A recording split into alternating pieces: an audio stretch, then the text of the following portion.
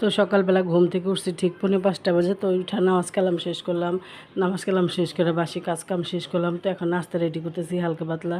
তো নিহাকে নিয়ে একটু বাইরে যাব, তো একটু যেখানে যাই অবশ্যই তোমাদের সাথে শেয়ার করব। তো হঠাৎ করে আর কি বিপদ, তো এরকম ছোটো ভাইয়ের বড় অপারেশন, সেটাও দেখতে যাইতে পারলাম না। আজকে অপারেশন আমার ছোটো ভাইয়ের বোর। তো তোমরা সবাই দোয়া করো। তো আসলে কি বিপদ বলে কই আসে না, আমারও ওরকম অবস্থা।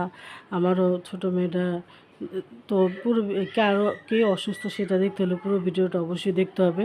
তো এই তো হ্যালো এভরিওয়ান, আসসালামু আলাইকুম, সবাই কেমন আছো? আমরাও আছি আল্লাহর অশেষ রহমতে ভালোই। তো এই তো আজকে যাবো একটু বাইরে, সকাল সকাল নাস্তা করলাম। তো এখন বাজে প্রায় 6:45-র মতো। তো এখন নাস্তা করতেছি।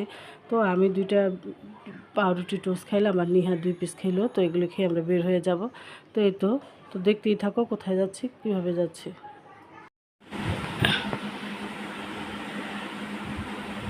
বিপদ আসলে বলে কয়ে আসে না। তো হঠাৎ করে যাইতেছি একটু হাসপাতাল।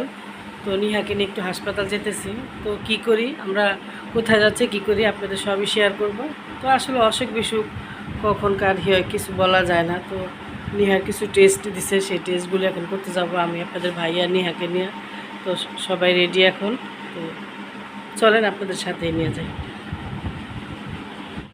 তো এই তো আমরা রিক্সায় উঠে গেছি। তো তোমাদের ভাইয়া আজকে অফিসে যায় নাই, সে যাবে পরে পরীক্ষা। তো কাজ শেষ হলে সে চলে যাবে, তারপর আমরা একা একা বাসে চলে আসবো। তো এই তো, তো এখন বের হইলাম। তো সকালবেলা কিন্তু রাস্তায় ঠান্ডা বাতাস, খুবই ভালো লাগছিল। তো রাস্তাঘাটে কিন্তু গাড়ি ঘোড়া মোটামুটি ভালোই ছিল।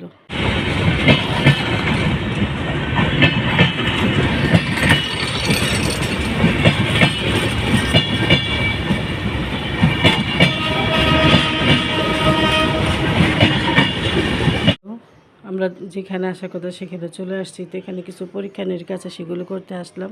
তো এখানে আসলে আমি আর কখনো আসিনি, এই ফার্স্ট টাইম। তো ভিতরে খুবই সুন্দর ছিল, পরিবেশ খুবই সুন্দর ছিল, কথাবার্তা সবই অনেক অনেক অন্যরকম ছিল। তো এখানে আসছি, এখানে পরীক্ষা নিরীক্ষা নাকি খুবই ভালো, সেই জন্য এখানে আসা। তো এইটা একটা টোকেন দিল, তো এই টোকেন অনুযায়ী ডাকা হয়। তো টোকেন অনুযায়ী ডাকা হবে, তো ডাকলে আমরা যাব কাউন্টারে। তো এখানে কিন্তু অনেক সুন্দর। তো আসলে বিপদ হলে বোঝা যায় আসলে কোথায় কী আছে না আছে। আমরা যখন ভালো থাকি তখন কিন্তু পৃথিবীর কোনো খবরই রাখি না, যখন অসুস্থ থাকি তখন কোথায় ভালো হাসপাতাল আছে বা কোথায় ভালো ডাক্তার আছে সেগুলি খুঁজি। আর যখন ভালো থাকি তখন ভালো খাবার খেতে চাই বা ভালো জায়গা ঘুরতে যাইতে চাই।